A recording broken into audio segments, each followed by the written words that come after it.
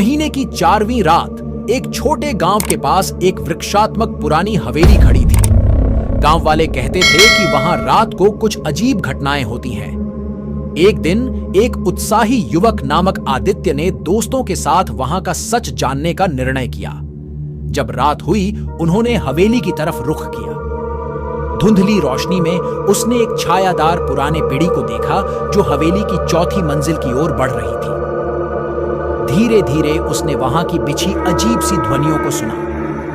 अचानक एक भूतिया साया आदित्य के सामने प्रकट हुआ। उसने सुना कि पीढ़ी ने एक अत्यंत दुखी राजकुमार की कहानी बताई जिसका भूत अब तक हवेली में आता रहा था।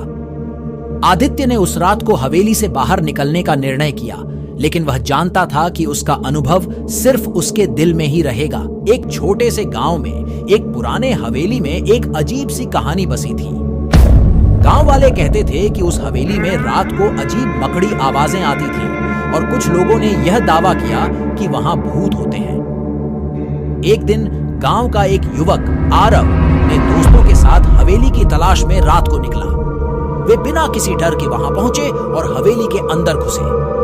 वहां उन्होंने अनगिनत कमरे देखे, पर एक कमरा ऐसा था जिसमें वे ने किसी अजीब सी आवाज सुनी। धीरे धीरे वे कमरे की ओर बढ़े और देखा कि वहां एक पुराना पियानो था जिसमें बिना किसी वाजह के स्वयं ही बज रहा था। आरव ने समझा कि शायद यह सब सिर्फ एक पुरानी गड़बड़ी हो सकती है, लेकिन तब एक अजीब सी सिलहट ने उनकी धड़कनें तेज कर दी। धीरे धीरे उस सिलहट का आकार सामने आया और वह एक पुराने संतान के रूप में पहचाना गया। यह संतान कहती थी, तुम्हारा आना मेरी बहुत बरीश की कमी को पूरा करने के लिए है। आरव ने आश्चर्य से भरे निगाहों से संतान को देखा और समझा कि वह एक आत्मा थी जो अपने अधूरे कारणों के लिए भटक रही थी। उसने उस संतान की मदद करने का निर्णय किया और उसकी आत्मा को शांति मिली। वहां से लौटकर आरव ने गांव वालों को बताया कि हवेली में भूत नहीं बल्कि एक दुखी आत्मा है जो अपने कर्मों के बदले में शांति चाहती थी। इस कहानी से गांव वाले समझे कि कभी कभी दुखी आत्माओं की मदद करना हमारा धर्म हो सकता है। गांव की सुनसान राहों में एक हवेली खड़ी थी जिसे सब लोग अजीब मानते थे।